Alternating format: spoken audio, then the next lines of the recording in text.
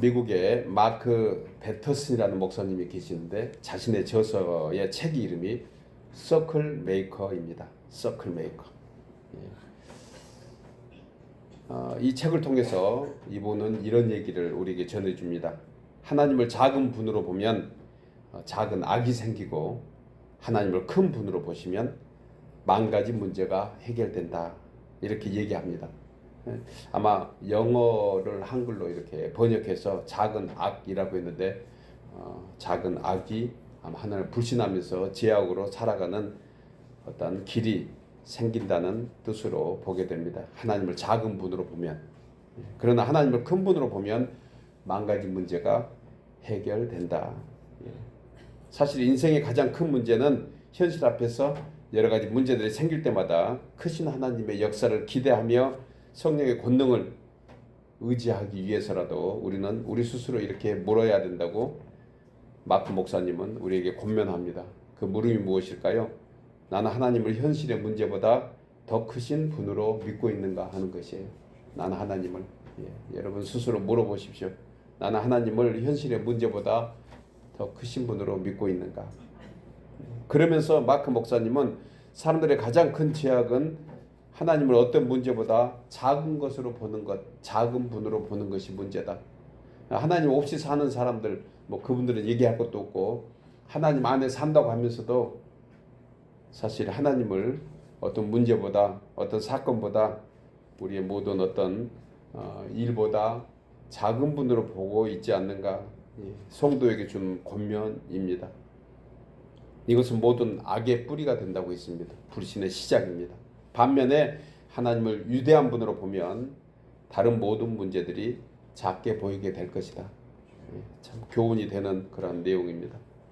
우리 삶의 현장에서 자신에게 다시 한번 물어봐야 합니다. 나는 위대하시고 광대하신 하나님을 얼마나 믿고 의지하고 있는가?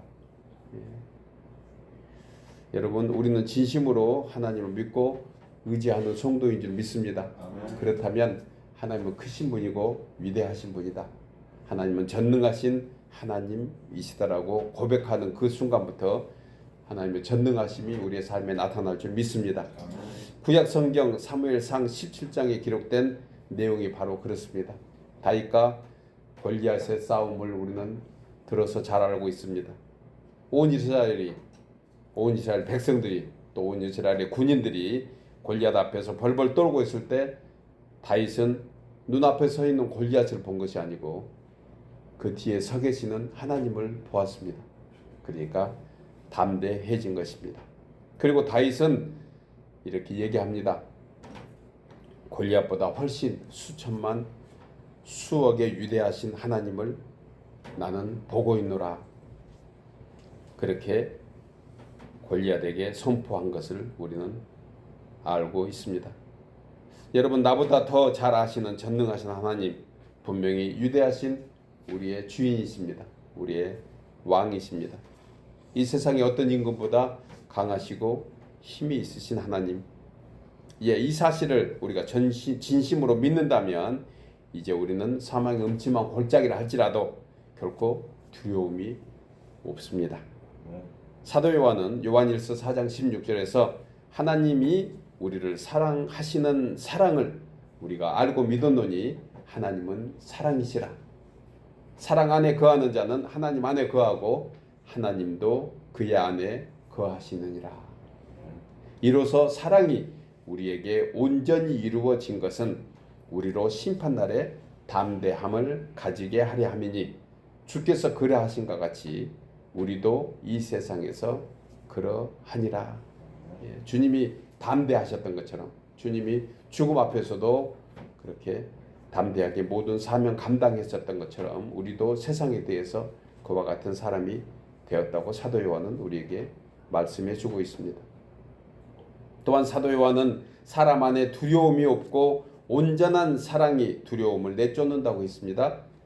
지난 한 주간 우리가 살면서 여전히 해결되지 않는 일로 또 걱정, 근심, 두려움이 있었다면 우리를 변함없이 사랑하시는 광대하신 하나님을 믿고 의지함으로 모든 문제에서 우리 모두가 자유함을 얻기를 주의 이름으로 축복합니다.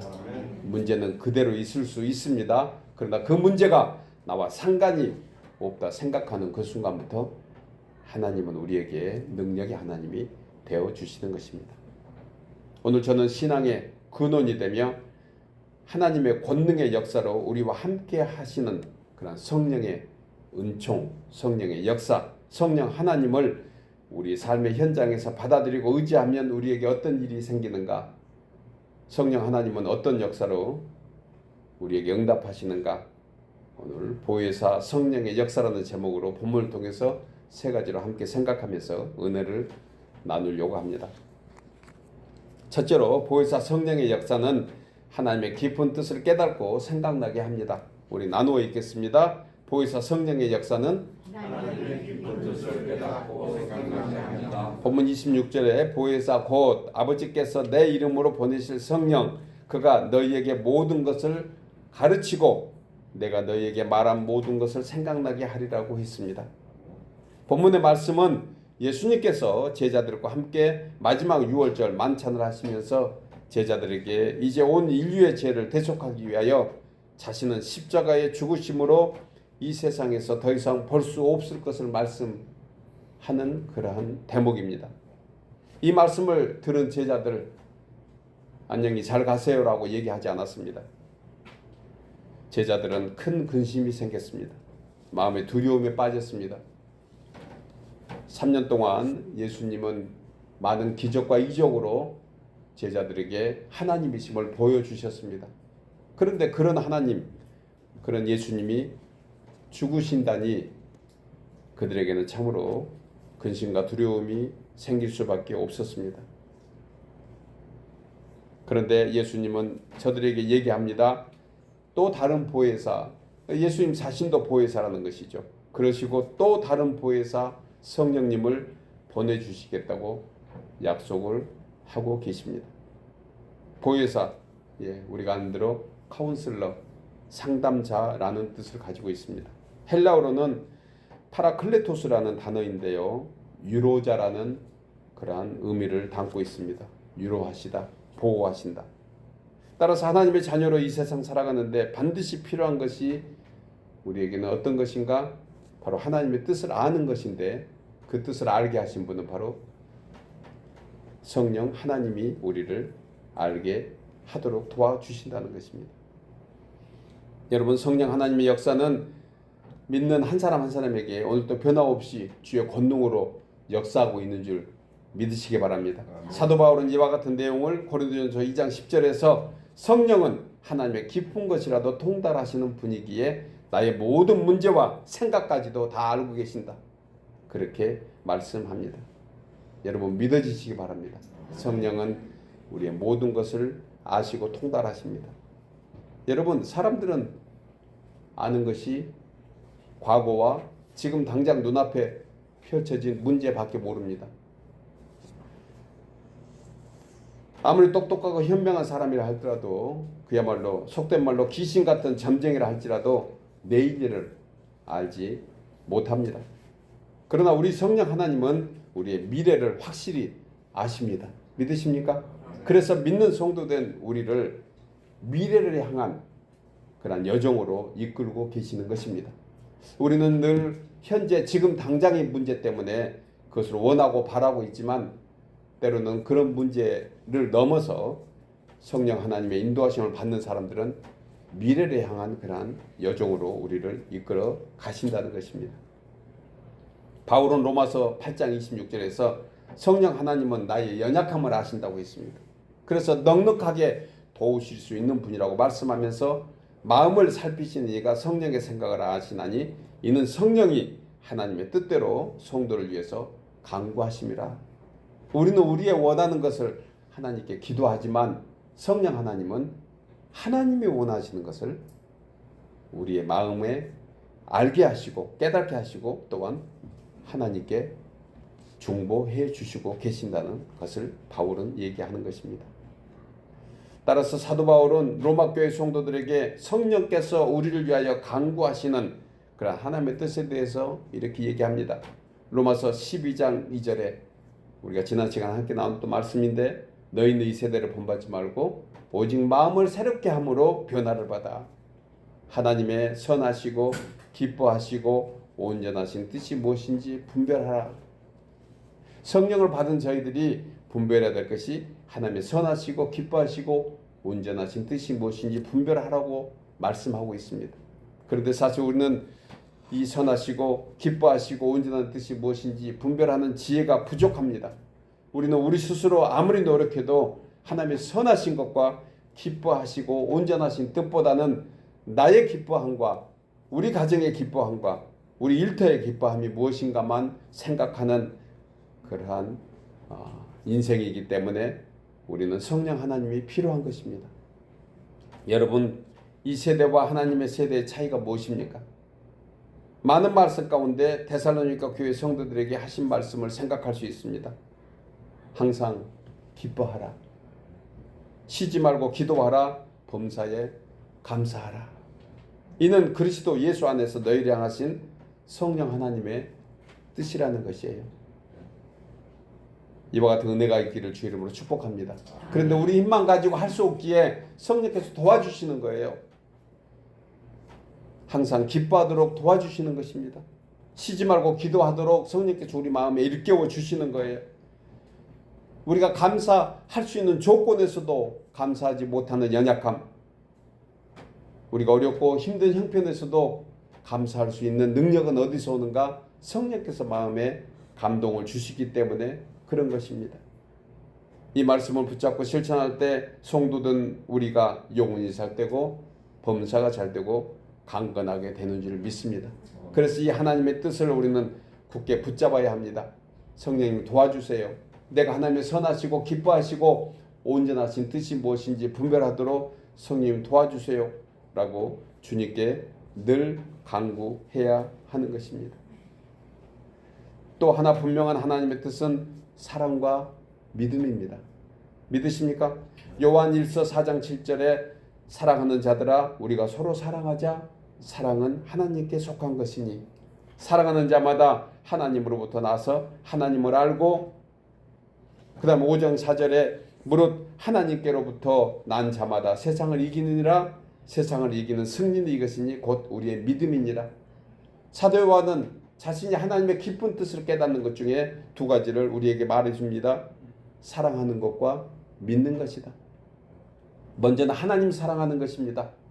그리고 우리의 가족과 이웃과 성도들을 사랑하는 것입니다. 우리는 먼저 하나님을 믿는 것입니다. 그리고 그 믿음을 가지고 서로 신뢰하며 우리가 함께 살아가는 것을 우리에게 말씀해 줍니다. 이것 또한 우리 힘만 가지고 할 수 없습니다.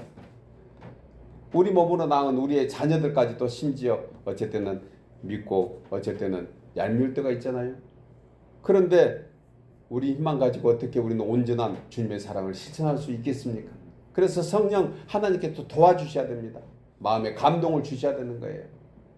하나님을 우리가 사랑을 잊고 있는 것처럼 우리의 사랑이 하나님께 향하고 또한 우리의 가족과 이웃들과 성도들에게 향할 수 있도록 성령께서 감동을 주시는 것입니다. 믿음도 그렇습니다. 아무리 믿음을 가지려고 해도 우리 힘만 가지고 믿음이 생기지 않습니다. 그래서 사도 바울은 에베소서 2장 8절 이하에서 그렇게 얘기하잖아요. 믿음은 하나님의 선물이라. 믿음은 하나님의 선물이라. 그러니까 성령께서 그 마음에 감동을 주셨을 때 믿음이 생기는 것입니다. 여러분, 예수 그리스도를 믿는 것과 하나님을 사랑하고 이웃을 사랑하는 이것이 성령을 받은 사람만이 할 수 있는 사람인 줄 믿습니다. 의지를 가지고 하는 것은 한계가 있습니다. 내가 노력해보겠다고 내가 해보겠다고 하면 그게 길게 가지 않기 때문에 그렇습니다. 성령님의 도우심만 받고 성령의 은총을 입은 자가 이 세상에서 천국 백성으로 사는 그런 조건을 만들어 주십니다. 사랑하면서 믿고 사는 것, 저와 여러분 되시기를 주의 이름으로 축복합니다. 그래서 전도서 3장을 천국을 사는 우리에게 하나님의 뜻 세 가지를 말해줍니다. 영혼을 알게 해주시는 것이라. 영혼을 알게 한다. 우리는 늘 과거와 현재에 붙잡혀 있지만 하나님의 성령을 받으면 영혼을 알게 하는 거예요. 영혼이 사는 것. 그리고 낙을 누리며 기쁨으로 살게 하는 것과 또한 하나님을 경외하는 것이라고 했습니다. 여러분, 성령을 받은 사람만이 영생을 살게 됩니다. 성령을 받은 사람이 영생을 소망하게 됩니다. 그리고 이 세상에서도 힘들고 어렵지만 낙을 누리며 기쁨으로 살게 하십니다. 그리고 또한 성령이 내주하는 사람에게는 하나님을 경외하는, 하나님을 사랑하면서 두려워하는, 그리고 두려워하면서도 하나님을 사랑하는 그런 경외의 은혜가 임하게 되는 것입니다. 사랑하는 여러분, 세상을 살아가면서 때로는 좌절과 낙심으로 두려움이 생길 때도 있습니다. 그러나 영혼을 알게 해주신 것과 낙을 누리며 기쁨으로 살게 하신, 그리고 주님을 경외하게 하신 그 성령의 은혜를 더욱 믿고 의지하여 우리는 주님 안에서 하나님을 사랑하며 하나님을 믿으며 영생을 살지고 살며 또한 낙을 누리며 기쁨으로 살 수 있는 하나님의 사람이 된 것을 믿고 더욱더 성령을 의지하는 우리 모두 되기를 주의 이름으로 축복합니다. 두 번째로 보혜사 성령의 역사는 세상의 근심과 두려움에서 주의 평안을 갖게 합니다. 나누어 읽겠습니다. 보혜사 성령의 역사는 세상의 근심과 두려움에서 주의 평안을 갖게 합니다. 본문 27절에 평안을 너희에게 끼치노니 곧 나의 평안을 너희에게 주노라. 내가 너희에게 주는 것은 세상이 주는 것과 같지 아니하리니 너희는 마음에 근심하지도 말고 두려워하지도 말라고 말씀합니다. 본절의 말씀은 예수님께서 십자가의 죽으심을 사흘 앞두고 제자들에게 남긴 유언적 말씀입니다. 제자들은 주님이 죽으신다는 말씀을 들을 때 하늘이 무너지는 듯한 절망과 두려움에 휩싸였을 것입니다. 사실 제자들 편에서 보면 당연한 생각입니다. 그렇게 믿고 의지했던, 그리고 저들에게는 소망이며 전부가 된 예수님이 죽으신다는 것은 상상하지도 못했던 일이기 때문에 그렇습니다. 제자들이 왜 이토록 두려워했는가? 그것은 오늘 주님이 말씀합니다. 인간적인 생각에서라고요. 우리가 때로 가장 소중한 것들을 우리는 잃을 때도 있습니다. 내가 가장 아끼던 것, 내가 가장 사랑하는 그러한 사람이 우리 곁을 떠날 때도 있습니다. 우리의 실수와 잘못으로 인한 것도 있지만 때로는 우연히 그런 일이 생기기도 합니다. 제자들은 예수님과 함께 영원히 이 땅에서 예수님의 나라를 세우고자 하는 욕심이 있었습니다. 제자들이 가는 곳마다 예수님이 함께 하셨고 예수님이 가는 곳마다 기적이 일어났습니다. 심지어 죽은 자가 일어나는 역사도 제자들은 보았습니다. 얼마나 든든합니까? 그래서 이 나라에, 이 세상에, 이 땅에 세상 임금으로 삼으려고 제자들은 마음속에서 누가 임금이 되면 좌편 우편에 쓸 건가에 대한 논쟁까지 했습니다. 저들의 계획은 굉장히 현실적입니다. 틀린 것이 아니었을 것입니다. 그런데 그런 예수님이 떠나신다고 하니, 죽으신다고 하니 이게 무슨 황망한 그러한 소식이었겠습니까? 가지 말라는 것입니다. 우리가 잘 아는 베드로, 가이사라 빌립보 지방을 지나면서 예수님은 베드로에게 이런 질문을 하십니다. 너희는 나를 누구라 하느냐? 너희는 나를 누구라 하느냐? 그때 베드로는 이렇게 고백합니다. 주는 그리스도시요 살아계신 하나님의 아들이십니다. 이 얘기를 들은 예수님의 마음이 흡족하며 생각합니다. 아이고 바요나 시몬아, 네가 복이 있다. 그것을 알게 하는 이는 네가 아니고 하늘에 계신 하나님께서 알게 하셨느니라. 칭찬을 잔뜩 했습니다. 그리고 잠시 후에 예수님은 다시 죽으실 것을 얘기합니다. 그때 시몬이 팔짝 뛰면서 얘기합니다. 절대 못 돌아가십니다. 이게 무슨 말씀입니까? 죽어서는 안 됩니다. 만약에 예수님께서 죽으시면 우리는 뭐가 됩니까? 현실적인 계산을 한 것입니다. 그때 예수님은 이렇게 꾸지람하십니다. 사탄아, 너는 나를 넘어지게 하는 자로다. 내 뒤로 물러갈지어다. 여러분, 이 말씀 우리 삶에 한번 적용해 볼까요? 우리는 때로 우리가 원하는 것을 소유하기를 원하고 우리는 우리가 원하는 것을 갖기를 원합니다.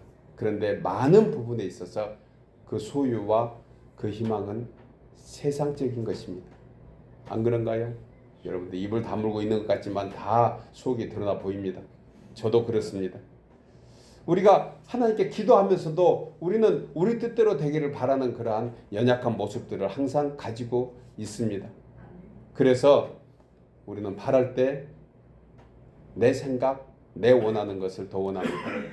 베드로가 그와 같은 얘기를 예수님께 했습니다. 그런데 예수님께서 그래 내 소원대로 내가 들어주마 하셨으면 별반 문제가 없었을 텐데 예수님은 베드로를 꾸지람하십니다.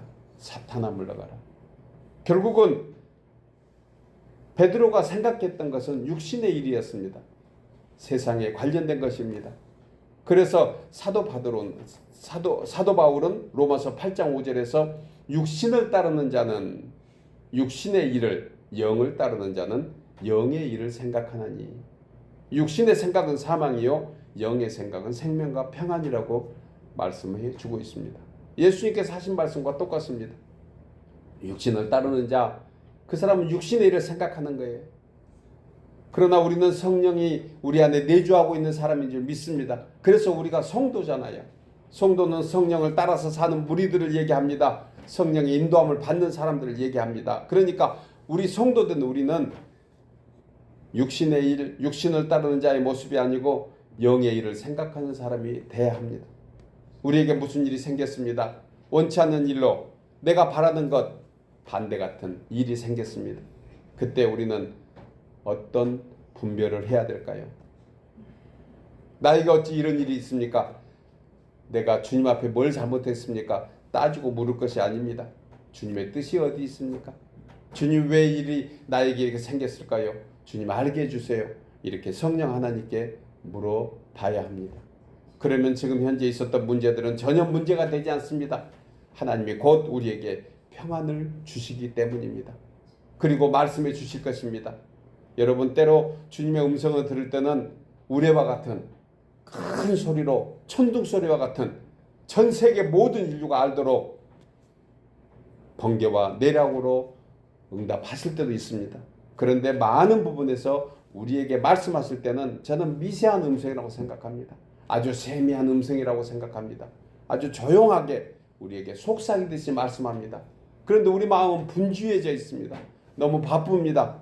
시간이 없습니다. 조급합니다. 그래서 그 세미한 음성을 듣지 못할 때가 있습니다. 저는 성령 하나님을 비유할 때 정말 솜털보다 더 부드러운 분이라고 그렇게 여겨지고 해석을 합니다. 정말 성령 하나님은 너무너무 부드러우시고 너무너무 조용하시고 차분하신 분입니다.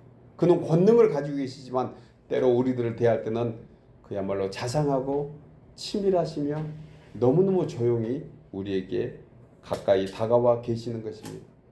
그 주님의 음성을 여러분들은 얼마나 들으시려고 합니까? 그 주님의 음성을 얼마나 듣고 계십니까?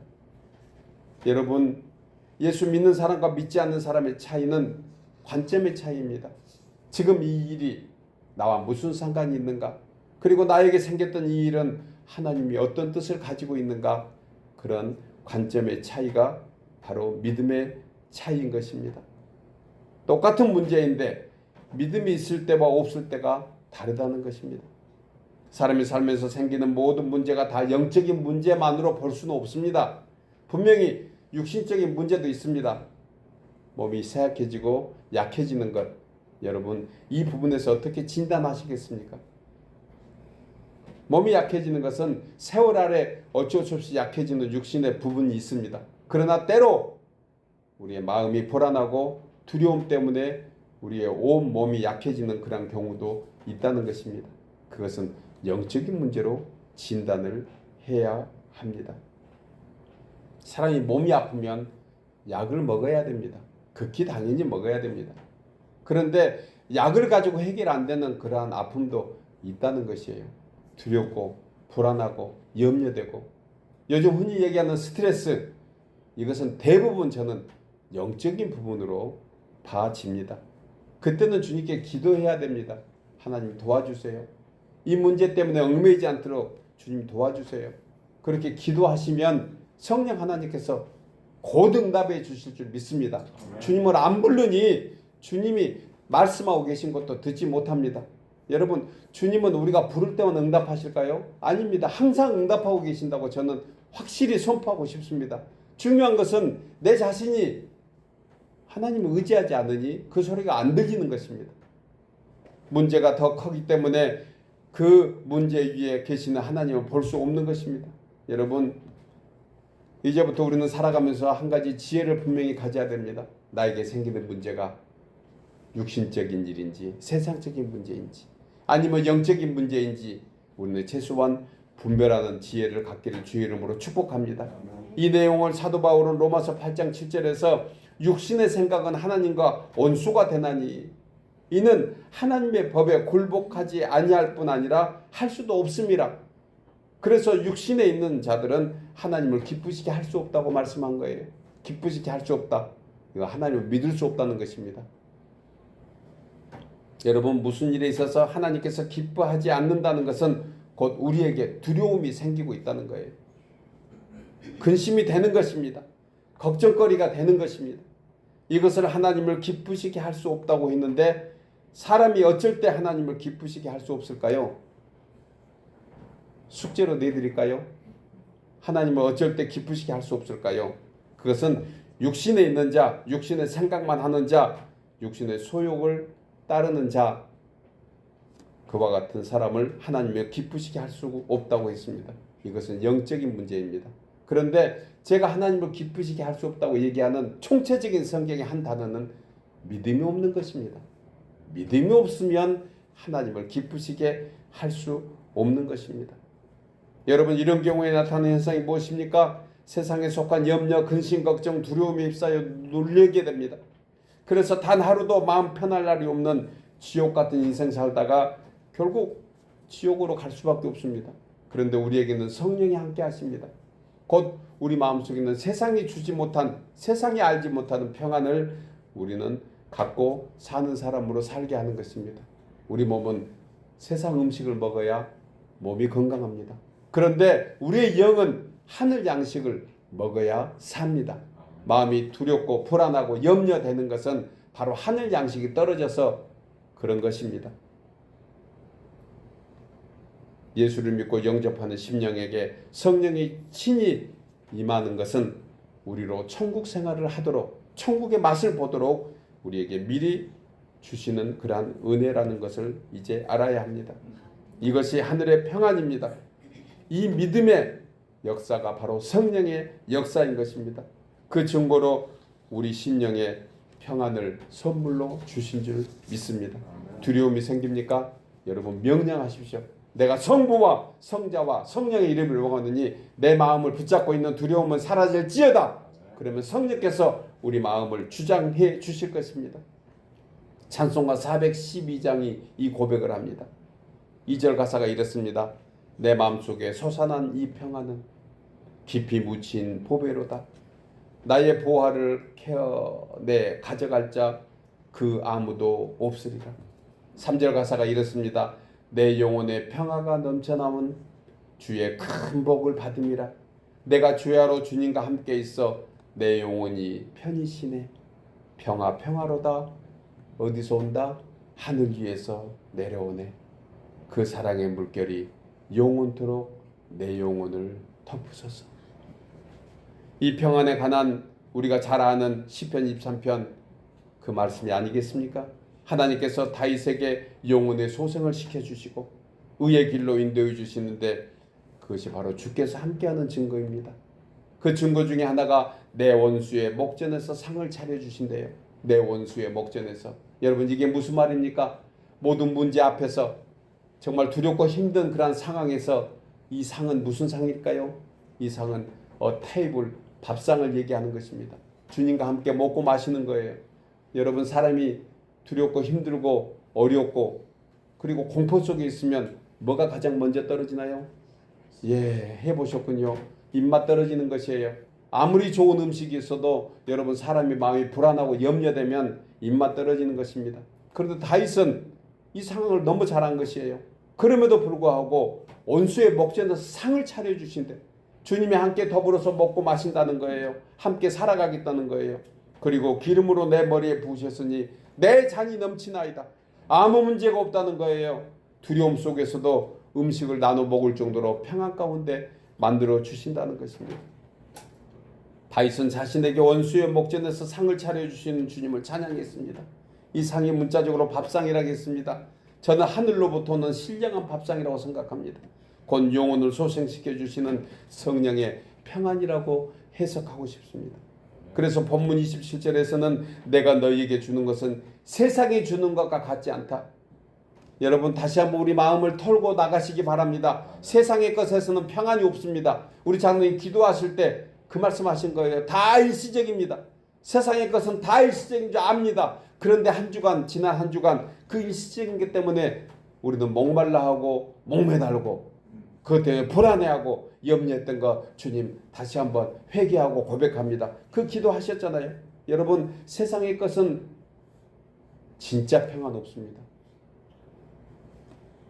최근에 본 어떤 뉴스 중에 로또 복권 당첨됐는데 서로 가족 간에 약속했나 봐요.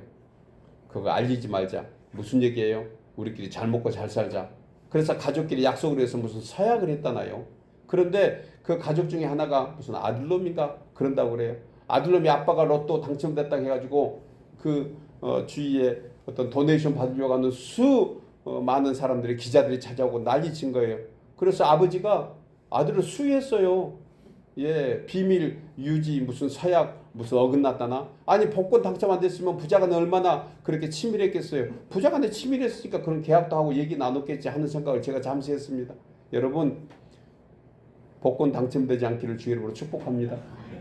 그것 해가지고 99.9% 다 뱅크랍 한대요. 뭐 저도 마음속으로 주님 복권 당첨되면 교회도 하나 짓고요. 주님 복권 당첨되면 선교에 많은 곳 힘쓰겠습니다. 그렇게 하다가 제가 제 스스로 제 가슴을 치고 머리를 때립니다. 이놈아 정신 차려라. 그것 때문에 너 목회 안 할 거야.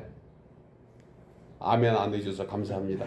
저에게는 그런 영광이 절대 없을 것입니다. 여러분 세상의 것 추구해가지고 길게 간 사람 없는 건 너무 잘 압니다. 우리는 다시 한번 다 마음 내려놔야 됩니다. 주여 세상의 것 내 마음은 원하로되 내 육신 원이로되 하지 말도록 주여 도와주옵소서. 그러면 주님께서 금세 마음에 평안을 주십니다. 주님의 그때 가까이 오셔가지고 함께 주님의 그 놀라운 천국 밥상을 차려주시면서 얘야 네가 마음에 든다. 나하고 함께 내가 먹고 마시겠다 얘기하시지 않겠습니까? 이런 사람이 복된 사람입니다.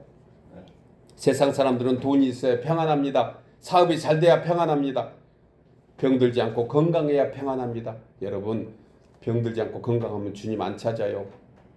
돈 가득 있으면 사업 잘 되면 바쁘다는 명분으로 정말 주님께 예배하러 나온 사람 몇이나 될까 제가 경험을 많이 해보았습니다.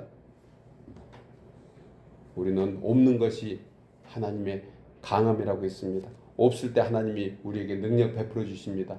없는 것에 감사하시기를 주 이름으로 축복합니다. 하늘 것으로 충만하면 세상의 것 좀 부족해도 우리는 넉넉하고 행복한 사람 될 수 있습니다. 그런데 하늘 것 없으면 세상의 것이 아무리 많아도 부자간에 수한 데도요. 형제간에 갈라선 데도요. 그렇게 좋은 친구가 여러 가지 이유 때문에 멀리 불행하게 살 수밖에 없다는 것입니다. 비록 현실 속에서는 아무리 봐도 부족한 것 같고 연약한 것 같고 조금 모자란 것 같지만 여러분 우리는 오병이의 기적을 잘 압니다. 보리떡 5개, 물고기 2마리, 어린아이 도시락도 안 되는 그 작은 것 세상의 것으로 아주 작아 보이지만 우리 하나님 아버지께서 그것을 받아주시니 5,000명이 먹고도 12광주리가 남은 것을 우리는 압니다. 사랑하는 여러분 예수 그리스도를 자신의 구주로 영접한 심령 그 영혼에 임하는 성령의 임재 그 축복의 은혜는 마음의 평안입니다. 두려움이 생길 때 주의 은혜를 구하십시오. 주님 내가 세상의 것을 구하니까 두렵습니다. 하늘의 평안으로 채워주옵소서. 기도하는 우리 모두 되기를 주의 이름으로 축복합니다. 아멘. 마지막 세 번째로 보혜사 성령의 역사는 우리로 주의 죽으심과 부활의 소망에 참여하게 합니다. 나누어 읽겠습니다. 보혜사 성령의 역사는 우리로 주의 죽으심과 부활의 소망에 참여하게 합니다. 본문 28절에 내가 갔다가 너희에게로 온다 하는 말을 너희가 들었나니 나를 사랑하였더라면 내가 아버지께로 감을 기뻐하였으리라. 아버지는 나보다 크심이라. Father is greater than I. 나보다 크심이라. 이 말씀은 예수님께서 제자들에게 하신 말씀입니다. 주님은 제자들에게 나는 죽으려 이 세상에 왔노라. 나는 곧 하늘로 올라갈 것이다 하실 때마다 제자들은 근심과 두려움에 쌓여 있었던 것을 아셨습니다. 그리고 하신 말씀입니다. 아버지는 나보다 크심이라. 하나님 아버지의 뜻이 있다는 것입니다. 우리는 알지 못하지만 그 뜻이 무엇일까요? 주의 죽으신 가운데 그 다음의 뜻이 무엇일까요? 우리는 부활의 소망이 있다는 것입니다. 세상 사람들과 믿는 우리의 차이가 무엇입니까? 세상 사람들은 죽으면 다 끝난다고 합니다. 그러니까 마음대로 사는 거예요. 멋대로 삽니다. 자기가 주인입니다. 그런데 믿는 우리들에게는 그 다음이 있는 것입니다. 그것이 바로 부활 소망으로 사는 것입니다. 여러분, 사람의 이성이나 지식으로는 결코 알 수 없는 그러한 내용입니다. 그런데 하나님을 믿으면 알게 됩니다. 하나님을 들어서 지식으로 아는 것과 임재하는 것은 다릅니다. 머리에 아는 것과 체험하는 것은 다릅니다. 어떻게 임재하고 체험하는 것을 알 수 있을까? 그것은 우리가 그리스도와 함께 죽어지는 것입니다. 죽어보면 압니다. 죽으면 그 다음에 부활이 있다는 것을 압니다. 세상 사람들은 살려고 삽니다. 그렇잖아요. 세상 사람들은 너 죽고 나 죽자 그렇게 하면서도 너 죽고 나 살자고 하는 마음이 있습니다. 그런데 그리스도인은 반대로 해야 됩니다. 너 살고 나 죽자. 들어보기도 힘든 단어입니다. 너 살고 나 죽자. 여러분, 우리가 죽고 나면 우리에게는 참 소망이 있게 됩니다. 우리는 우리 안에 성령이 함께 내주하는 사람들입니다. 그 증거로 바로 부활의 소망을 갖게 합니다. 이 세상의 삶이 다인 것이 아닙니다. 그 다음이 있는 것입니다. 여러분, 성령의 역사를 잊게 되면 용기가 생깁니다. 의지가 생깁니다. 왜 그럴까요? 이 세상에 죽는 것조차도 우리에게는 새로운 부활의 소망으로 이어지기 때문에 그렇다는 것입니다. 그리고 이 체험의 중심은 바로 주의 십자가입니다. 주의 십자가로 말미암아 구원받고 주의 십자가로 말미암아 제사함받고 주의 십자가로 말미암아 부활의 소망을 갖게 되는 것입니다. 그래서 사도 바울은 빌립보서 3장 10절에서 내가 그리스도와 그 부활의 권능과 그 고난의 참여함을 알고자 하여 그의 죽으심을 본받아 어떻게 해서든지 죽은 자 가운데서 부활에 이르려 하느니 내가 이미 얻었다 함도 아니요 온전히 이루었다 함도 아니라 오직 내가 그리스도 예수께 잡힌 바 된 그것을 잡으려고 달려가노니. 여러분, 우리의 고백이기를 바랍니다. 우리는 이 세상에서 죽어야 됩니다. 그러나 하늘의 은혜로 다시 한번 살아가야 되는 것입니다. 이제 우리의 소원이 무엇이 되어야 될까요? 성령 충만입니다. 아멘이지요? 그래서 예수를 나의 구주로 생명으로 믿고 받아들이는 순간 성령 하나님께서 내 심령에 내주하고 계시는 것을 알게 됩니다. 이제 이 하나님께서 우리 각 사람의 삶의 전 영역에서 역사해 주실 것입니다. 믿는 자에게는 이런 기적이 따른다고 했습니다. 그리고 믿는 우리는 사도 바울처럼 고백해야 됩니다. 나는 날마다 죽습니다. 주님 앞에서 나는 날마다 죽겠습니다. 그런 고백이 우리를 부활 소망으로 이어가게 할 것입니다. 사랑하는 여러분, 저와 여러분은 예수를 믿음으로 성령의 권능을 입었고 그리고 그리스도인 성도가 되었습니다. 하나님의 뜻을 분별하는 지혜도 생겼습니다. 그리고 전능하신 하나님께서 우리와 함께 하십니다. 우리의 마음을 날마다 두드려 주십니다. 우리가 그 음성을 듣고 마음의 문을 열면 우리와 함께 더불어서 먹고 마시는 그러한 은혜를 베풀어 주실 것입니다. 하나님이 함께 하시면 두려움이 없습니다. 아멘입니까? 그 두려움이 없는 것이 바로 우리에게 성령의 역사인 것입니다. 이제 소망 중에 더욱더 즐거워하며 감사함으로 세상의 그 무슨 문제에 눌려 사는 것이 아니고 세상 안에서 그야말로 기쁜 평안을 감사를 누리고 사는 우리 모두 되기를 주의 이름으로 축복합니다.